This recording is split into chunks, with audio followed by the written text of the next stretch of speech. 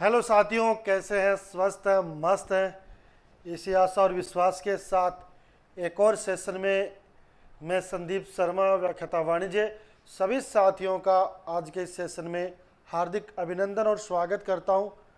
चर्चा करेंगे कुछ और महत्वपूर्ण पॉइंट्स जो बेसिक रूप से 11वीं की अकाउंटेंसी से है, लेकिन जो आपका आरपीएससी का जो सिलेबस दे रखा है उसमें आपके 11वीं और 12वीं के भी लगभग 55 क्वेश्चन है, वो आपको तीनों सब्जेक्ट में मिलाकर पूछे जाने हैं। तो इसलिए अपन चर्चा लगातार पहले अपन, क्योंकि बेस है वो अपना मजबूत होना चाहिए, इसलिए अपन ने 11वीं की जो अकाउंटेंसी है उसको तैयार कर रहे हैं। अपने पास बीएडएम है, ईएफएम है, उसके भी जो पॉइंट्स होंगे जो एग्जाम की दृष्टि से महत्वपूर्ण है उन पे भी हम चर्चा करेंगे। लेकिन पहले अपना प्रयास है अकाउंटेंसी को कंप्लीट कर ले, क्योंकि अकाउंटेंसी में आप सब जानते हैं प्रैक्टिकल क्वेश्चन भी परीक्षा में 2-3 क्वेश्चन है वो जरूर पूछे जाते हैं।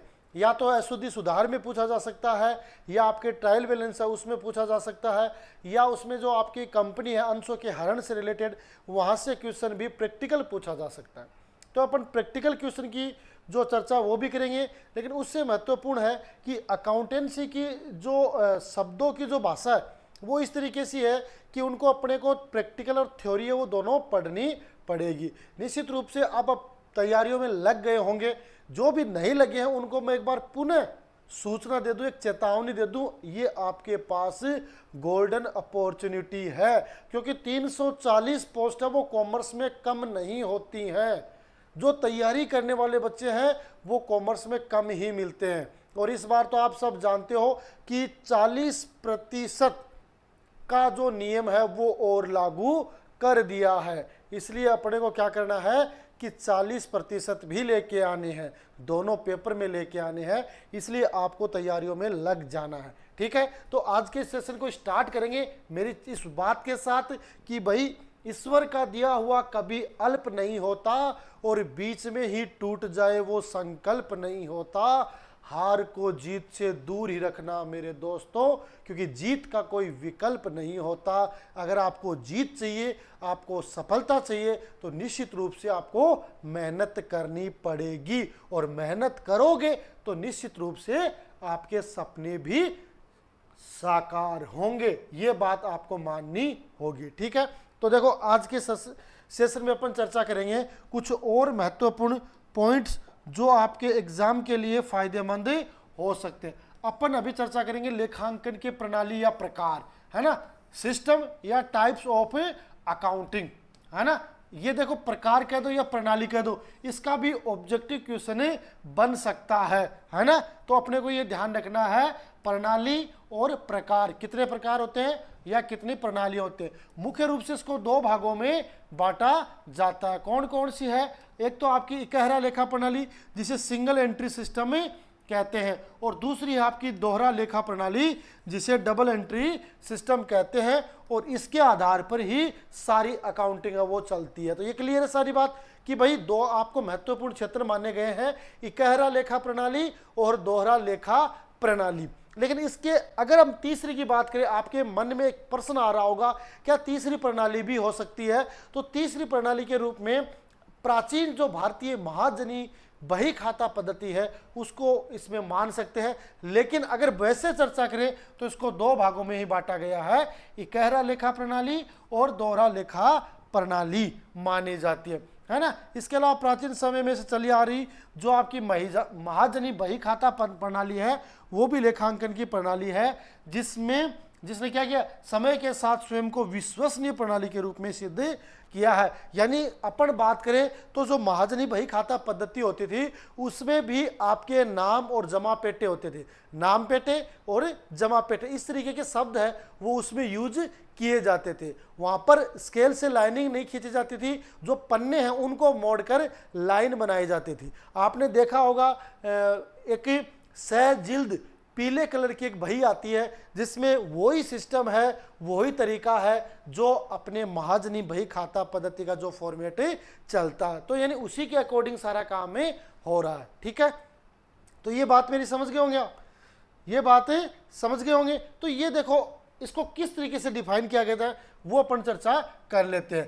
पहले आती है आपकी इकहरा लेखा प्रणाली, इकहरा लेखा प्रणाली यानी सिंगल एंट्री सिस्टम, इसमें एक एंट्री की मांग की जाती है। ये मुख्य रूप से जो छोटे व्यवसाय और संस्थाएं हैं वो व्यावसायिक लेन देन होती सा क्या करते हैं, पूरा रिकॉर्ड है वो नहीं रखते हैं। क्या करते हैं, लेन देन हो तो पूरा रिकॉर्ड नहीं रखते। जैसे अपने गांव में किराने की दुकान है, कोई छोटी मोटी दुकान है, वो क्या करेंगे, वो अपने हिसाब से जो खाते हैं उनको मेंटेन करते हैं। आपने देखा होगा आपके गांव में कोई भी किराने की दुकान है वो एक क्या रखता है, या तो एक रजिस्टर रखता है या एक कॉपी रखता है, उसमें वो हिसाब लिखता है ना। जिसको कुछ तो ऐसे होते हैं दैनिक, जिसमें प्रत्येक दिन का जो माल बेचा जाता है उधार उसकी एंट्री करते हैं। और एक तो ये एक होता है कि दैनिक के साथ किसी व्यक्ति विशेष का खाता, है ना, किसी व्यक्ति विशेष का यानी पर्सनल जो आपका कौन होगा, क्रेडिटर होगा, जो आपका लेनदार होगा या देनदार होगा, उसके खाते हैं वो अलग अलग पर्टिकुलर खोले जाते हैं, उसमें व्यक्तिगत रूप से उसकी प्रविष्टि की जाती है। संभवतः उनको पूरा रिकॉर्ड की आवश्यकता नहीं होती है क्योंकि इनका किसी प्रकार का कोई ऑडिट वगैरह नहीं होता है। इसकी जांच जो अपना जो कंपनी का मालिक है या उस दुकान का मालिक है वो अपने स्तर पर करता है कि वो देख लेता है कि इस साल मैंने कितना लाभ कमाया, कितनी हानि हुई, वो अपने स्तर पर उसका मूल्यांकन करता है। वे अपने तरीके से व्यवसायिक क्रियाओं का क्रियाकलाप आर्थिक परिगणनाओं के जो परिणाम है उसकी गणना कर लेते हैं। मोटे तौर पर ये देख सकते हैं कि उनको लगता है कि अपन लगातार कुछ अर्जित कर रहे हैं, जो सामान लेके आ रहे हैं वो बिक रहा है, इसका मतलब वो लाभ कमा रहे हैं, और जो सामान लेके आए हैं वो बिक ही नहीं रहा है, इसका मतलब वो ये मान लेते हैं अपन घाटे में चल रहे। तो इस आधार पर उनके सबके अलग अलग जो फॉर्मूलाज होते हैं, अलग अलग तरीके होते हैं, वो अपने हिसाब से वो सारा काम है वो सेट करते हैं जो मोटे तौर पर ठीक होता है। सामान्यतः ऐसे व्यापारी और संस्थाएं के अपनी रोकड़ बही, बैंक पासबुक और व्यक्तिगत खातों का रिकॉर्ड ही रखते हैं। मुख्य रूप से इसमें 3 खाते हैं वो रखे जा रहे हैं, आपकी रोकड़ बही, बैंक की पासबुक यानी बैंक खाता, और आपके कोई व्यक्तिगत खाता जिसमें आपका डेटर अकाउंट हो सकता है, क्रेडिटर अकाउंट है, उन्हीं का रिकॉर्ड वो रखते हैं। तो मुख्य रूप से आप देख सकते हो परीक्षा में भी प्रश्न आ सकता है कि इकहरा लेखा प्रणाली में मुख्य रूप से कौन से खाते हैं खोले जाते हैं। तो उसमें आपका रोकड़ बही, बैंक की पासबुक यानी बैंक खाता, रोकड़ बही खाता, और मुख्य रूप से उसके जो पर्सनल अकाउंट है वो उसमें ओपन किए जाते हैं, उनका ही रिकॉर्ड रखा जाता है। ये हिसाब किताब बहुत छोटा परंतु उसकी आवश्यकताओं के अनुरूप ही होता है, छोटा होता है लेकिन उनको जानकारी होती है कि अपने को कैसे करना। इसी को इकहरा लेखा प्रणाली कहते हैं। वस्तुतः इकहरा लेखा प्रणाली के नाम से कोई लेखा प्रणाली नहीं है ना, इसीलिए क्या माना जाता है, इसे अपूर्ण लेखा प्रणाली माना जाता। इनकम्प्लीट अकाउंटिंग सिस्टम के नाम से इसे जाना जाता है, अपूर्ण, क्योंकि जो इसके जस्ट विपरीत दूसरी पद्धति है जिसे हम डबल एंट्री सिस्टम कहते हैं, उसका फॉर्मूला क्या है कि जब भी अपन माल बेचेंगे तो कोई खरीदने वाला होना चाहिए, जब भी अपन पैसे प्राप्त करेंगे तो कोई देने वाला होगा, जब भी अपन किराया चुकाएंगे तो कोई लेना वाला होगा, है ना।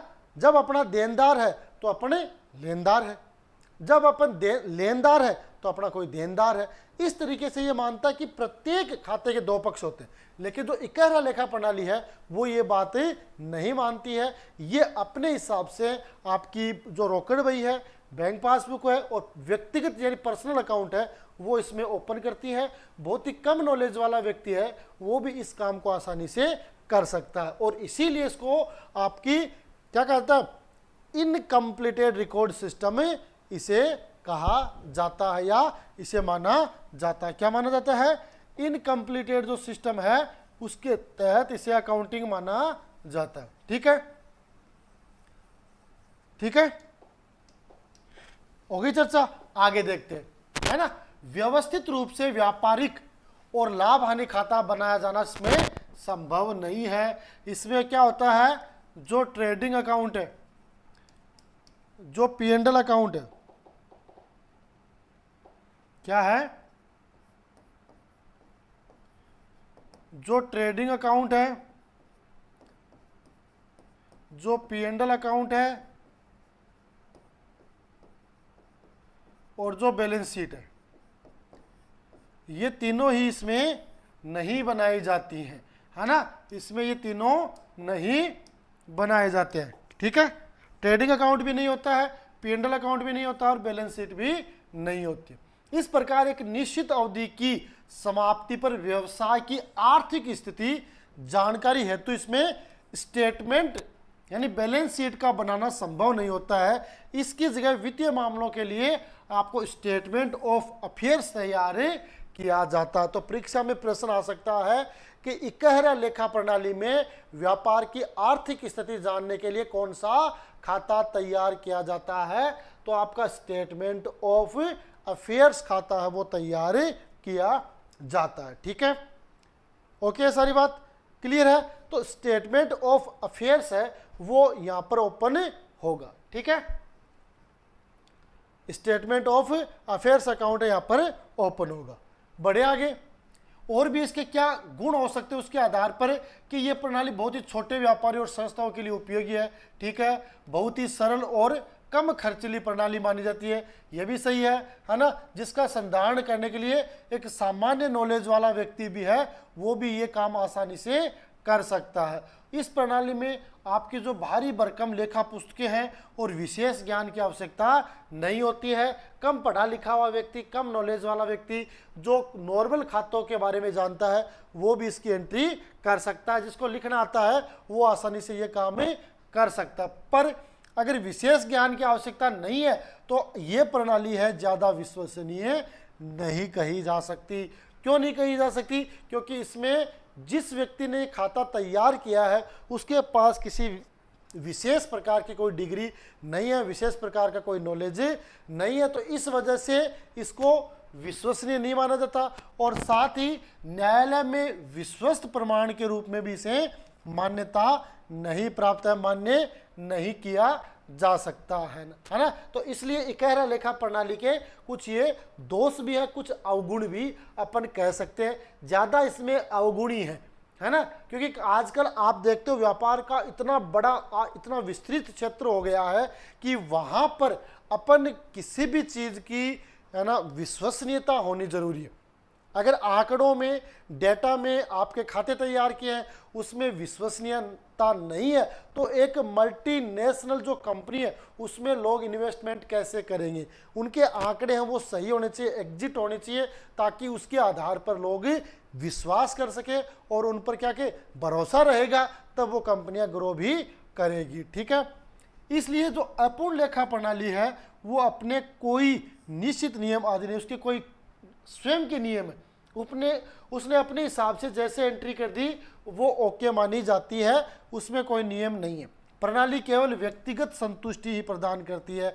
ये व्यक्तिगत संतुष्टि, जैसे मान लो जो खाते तैयार कर रहा है वो व्यक्ति, उसने लिखा इस व्यक्ति को उधार माल बेचा है, उसने लिख दिया इसको उधार माल बेचा। जिसको नगद बेचा है उसको नगद वाले के रूप में अगर लिखना चाहे केस बुक में दिखा सकता है ना। जिसने उधार है उधार का, नगद है तो नगद का। इस तरीके से वो उसमें मुख्य रूप से कैश बुक, बैंक पासबुक और जो देनदार यानी व्यक्तिगत खाते हैं वो तैयार करके अपने आप को संतुष्ट करता है कि मैंने ये प्रविष्टियां कर ली है, इतने लोगों के मैं पैसे मांग रहा हूं और इतने लोग हैं जो मेरे पैसे मांग रहे हैं। इस तरीके की उनकी विचार होते।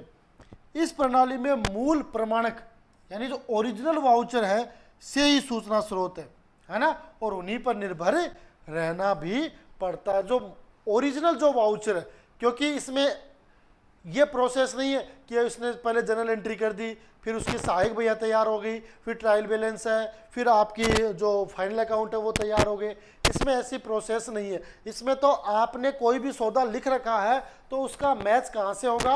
आपके मूल प्रमाणक जो आपके वाउचर हैं, जो आपके बिल है, चाहे वो आपके क्रेडिट नोट वाले हो और चाहे आपके वो कैश मेमो वाले हो, उसके आधार पर अपन क्या करेंगे? उससे जांच करेंगे, उससे मैच करेंगे और मैच करने के बाद वहाँ से अपन वेरीफाई कर सकते हैं। तो ठीक है, ये सूचनाओं का एक स्रोत मात्र है और इन्हीं पे रहना पड़ेगा।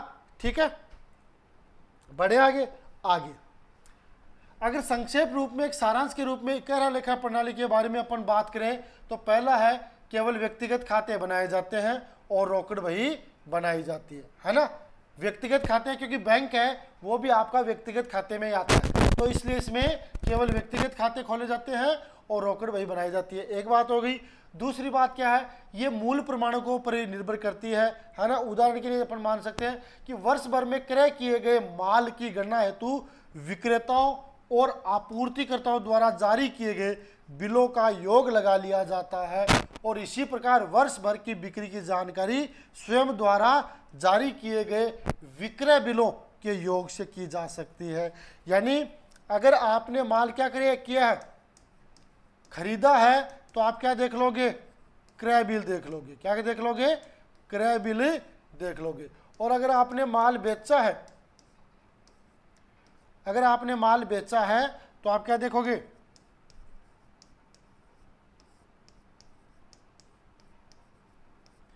विक्रय बिल, है ना। तो इनके आधार पर आप अनुमान लगा सकते हो कि इस साल अपनी सेलिंग कितनी है, इस साल अपने बाइंग कितनी है, और उसके आधार पर ही क्या करेगा, वो वेरिफिकेशन है करेगा कि भाई इतना अपना क्या हो गया, सेविंग है, सॉरी इतनी आपकी सेलिंग है और इतनी अपनी क्या परचेजिंग, उसके आधार पर वो निर्णय ले सकेगा। ठीक है, तो ये सारांश के रूप में अपन इसको इंपॉर्टेंट के रूप में मान सकते हैं, है ना, इंपॉर्टेंट मान सकते हैं, क्योंकि पर्सन बनते हैं ना वो कहीं अलग देश से नहीं आते, इन्हीं जो आपकी ये बुक्स हैं इन्हीं में से क्वेश्चन बनते हैं, और इनको आपने डीपली पढ़ लिया, है ना, डीपली पढ़ लिया, आपने उनकी भाषाओं को समझ लिया, फिर आप आंसर इजी दे सकते हो। और अगर आपने इनकी भाषाओं को नहीं पढ़ा, डीपली नहीं पढ़ा, तो देखो as it is object question है वो कहीं पे भी नहीं आएगा।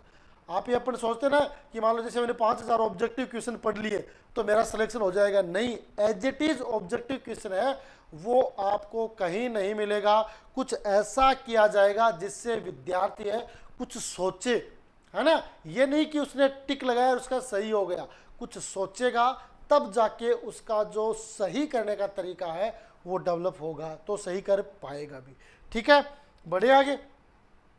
और क्या है, इसके दोष क्या है कि इस प्रणाली में सर्वत्र एक रूपता का अभाव है ना, यानी अपनी अपनी ढपली और अपनी अपनी राग, हर व्यक्ति है वो अपने हिसाब से तैयार करता, इसमें कोई निश्चित नियम नहीं है, कोई सिद्धांत नहीं है, जिस व्यक्ति को जो तरीका आता है वो उसी तरीके से उस इकहरा लेखा प्रणाली का उपयोग करता, इसीलिए ये अवैज्ञानिक विधि भी मानी जाती है, अपूर्ण लेखा विधि भी मानी जाती है।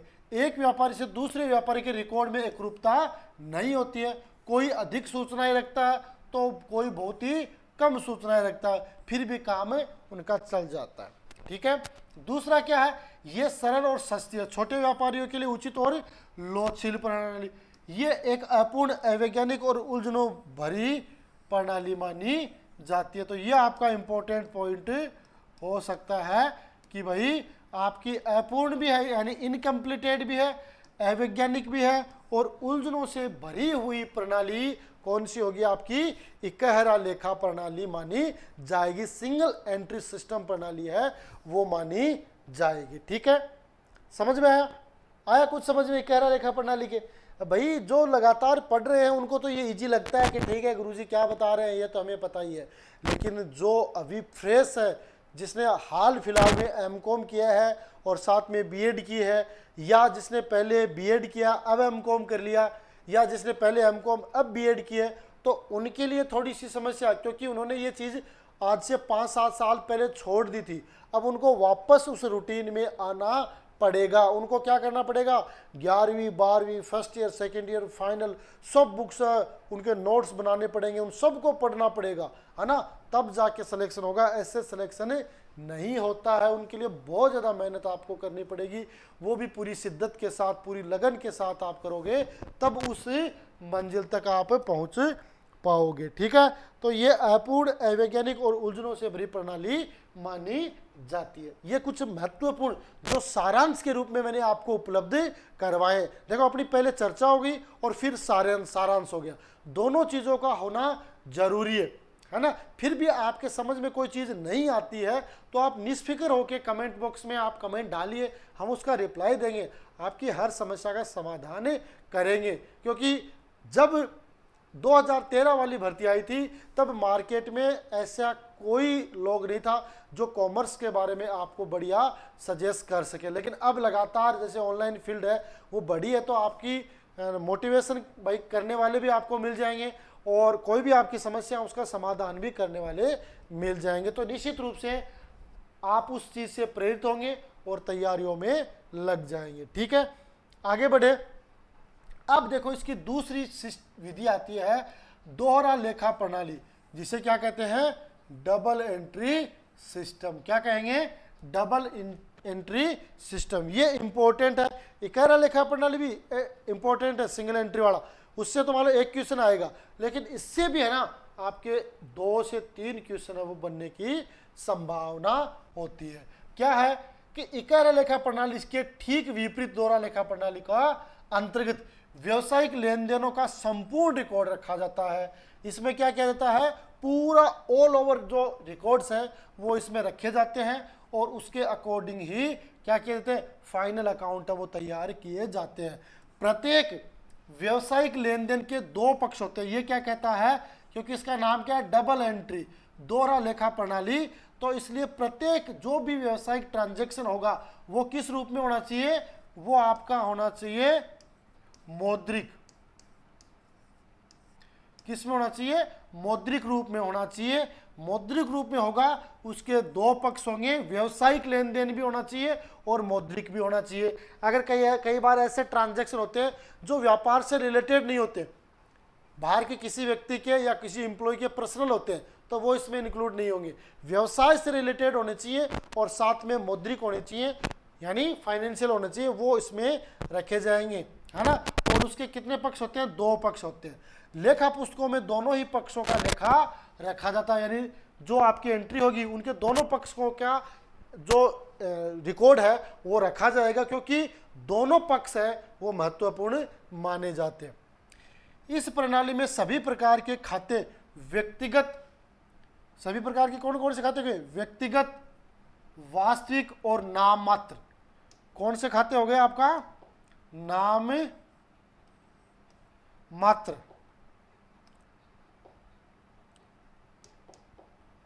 नाम मात्र यानी पर्सनल अकाउंट, रियल अकाउंट और नॉमिनल अकाउंट है, तीनों व्यवस्थित तरीके से रखे जाते हैं। इकारा लेखा प्रणाली में आपका कैश और व्यक्तिगत खाते हैं वो रखे जाते हैं, जबकि आपकी जो डबल एंट्री सिस्टम है, दोहरा लेखा प्रणाली है, उसमें आपके कौन कौन से खाते रखे जाएंगे, आपका व्यक्तिगत खाता भी होगा, आपका वस्तुगत खाता भी होगा, आपका नाम मात्र खाता भी होगा, यानी पर्सनल अकाउंट, रियल अकाउंट और नॉमिनल अकाउंट तीनों इंक्लूडेड इसमें होंगे। ठीक है, ये हो गई आपकी दोहरा लेखा प्रणाली। बढ़े आगे, इसमें और क्या दे रखा है, इसमें क्या कह रहा है कि व्यवस्थित एवं संपूर्ण रिकॉर्ड रखे जाने के फलस्वरूप ये वैज्ञानिक तरीके से लाभ हानि की गणना की जाती है। इसमें जो भी आपका साइंटिफिक जो तरीका बताया गया है उसके अकॉर्डिंग अपन ट्रेडिंग अकाउंट, P&L अकाउंट और बैलेंस शीट तैयार करते हुए लाभ हानि की गणना करते हैं और सही और उचित आर्थिक स्थिति की जानकारी हेतु स्थिति विवरण यानी आपकी जो बैलेंस शीट है वो तैयार करते हैं। और साथ में इसके बाद तलपट यानी ट्रायल बैलेंस बनाकर मोटे रूप से लेखों की जो गणितीय शुद्धता है उसकी जांच की जाती है कि भाई जो अपन ने जितने भी ट्रांजैक्शन लिखे हैं क्या वो मैथमेटिकल रूप से सही है या नहीं, कोई ऐसी त्रुटि तो नहीं है। क्योंकि जल्दबाजी में अपन क्या लिख देते हैं, जैसे अपने को लिखना है 1000, जल्दबाजी में एक बिंदु लग गई तो 10,000 हो गए, या अपन ने मान लो 2 ही बिंदु लिखी तो 100 हो गए। तो इस तरीके की जो शुद्धता की जांच है उसकी के लिए ट्रायल बैलेंस तैयार की जाती है। परीक्षा में ये प्रश्न भी आता है कि गणितीय शुद्धताओं की जांच करने के लिए कौन सा खाता खोला जाता है, कौन सी बही तैयार की जाती है, तो वहाँ पे आपकी तलपट है वो तैयार की जाती है जो एक सूची के रूप में काम करती है। ठीक है, तो ट्रायल बैलेंस बनाकर मोटे रूप से लेखों की गणितीय शुद्धता की जांच है वो की जाती है। ओके, तो व्यवस्थित और संपूर्ण रिकॉर्ड होता है और उसके आधार पर ही फाइनल अकाउंट है वो तैयार किए जाते हैं। बढ़े आगे, तो ये मेरी बात समझ गए होंगे आप, महत्वपूर्ण है। इसमें क्या और कि लेखों की प्रारंभिक पुस्तकों से व्यापारिक और लाभ हानि खाता बनाया जाता है। प्रारंभिक पुस्तकों में कौन सी आ गई आपकी, जर्नल और सहायक भैया और आपकी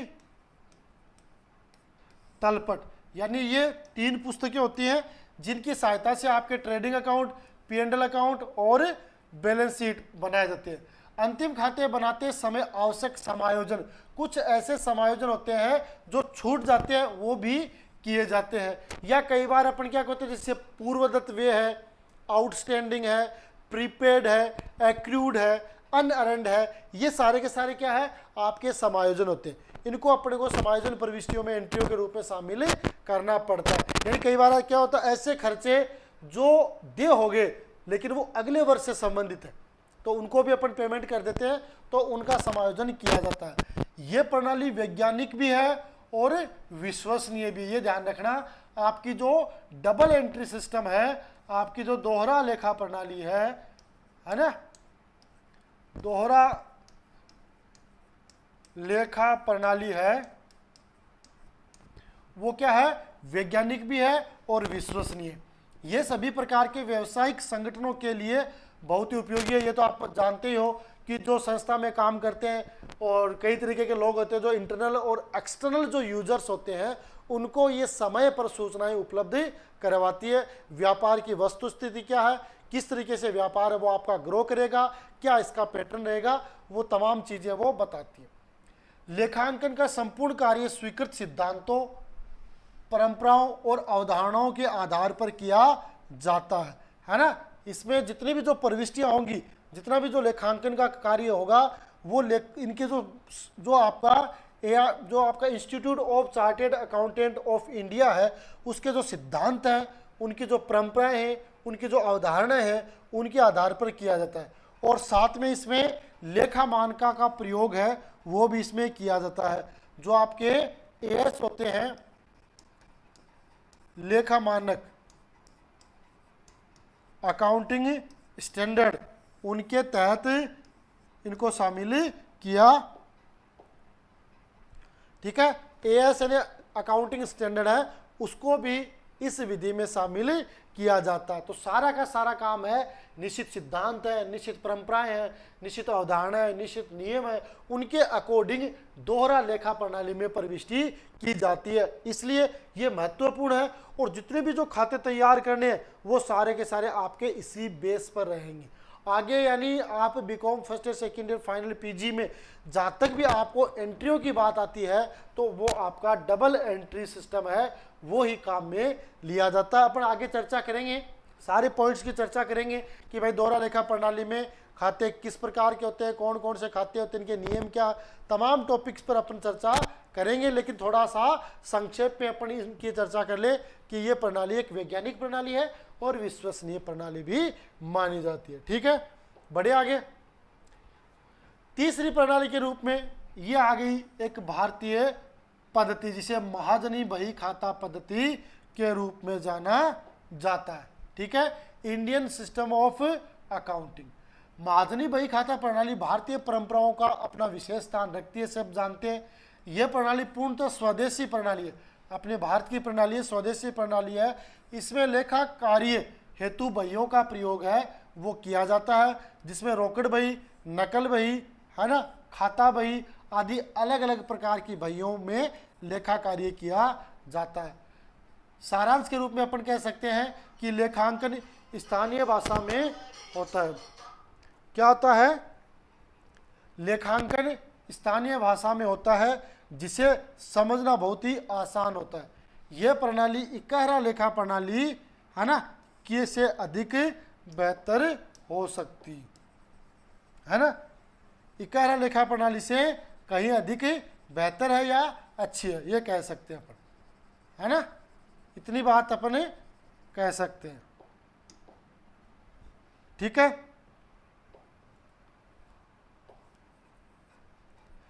तो ये जो महाजनी बही खाता पद्धति है, इंडियन सिस्टम ऑफ अकाउंटिंग है, उसमें मुख्य रूप से अपन ध्यान रखना चाहें तो ये बात रख सकते हैं कि इसमें रोकड़ बही, नकल बही और खाता बही अलग अलग प्रकार से रखी जाती है।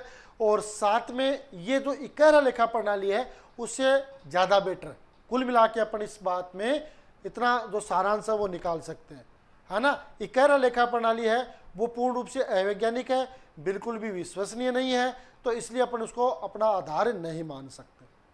ठीक है, अब देखो आज के इस सेशन में अपने लेखांकन प्रकार के जो पॉइंट्स है, इकाई लेखा प्रणाली, दोहरा लेखा प्रणाली और आपकी महाजनी बही खाता पद्धति, इसको संक्षेप में समझा है। निश्चित रूप से जो चीज़ मैंने आपको बताई है वो आपको समझ में भी आई है, और समझ में नहीं भी आई है तो आपको दोबारा इस क्लास को रिवाइज करके देखना है, ताकि वो चीज़ें वो आपको समझ में आ जाए। और एक बार समझ में आ जाएगी तो फिर आगे आपको किसी प्रकार की कोई समस्या नहीं होगी। ठीक है, तो लगातार आपको इनके जो नोट्स वगैरह वो तैयार कर लेने हैं, और नोट्स के साथ प्रयास ये करना आपको कि उनका आप पर्याप्त समय पर रिवीजन भी करें, है ना।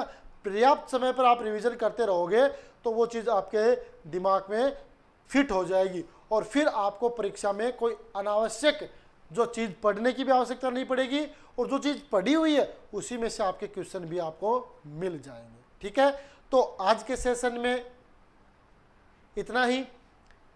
एक और सेशन के लिए मिलेंगे अगले सेशन में, तब तक के लिए जय हिंद, जय भारत।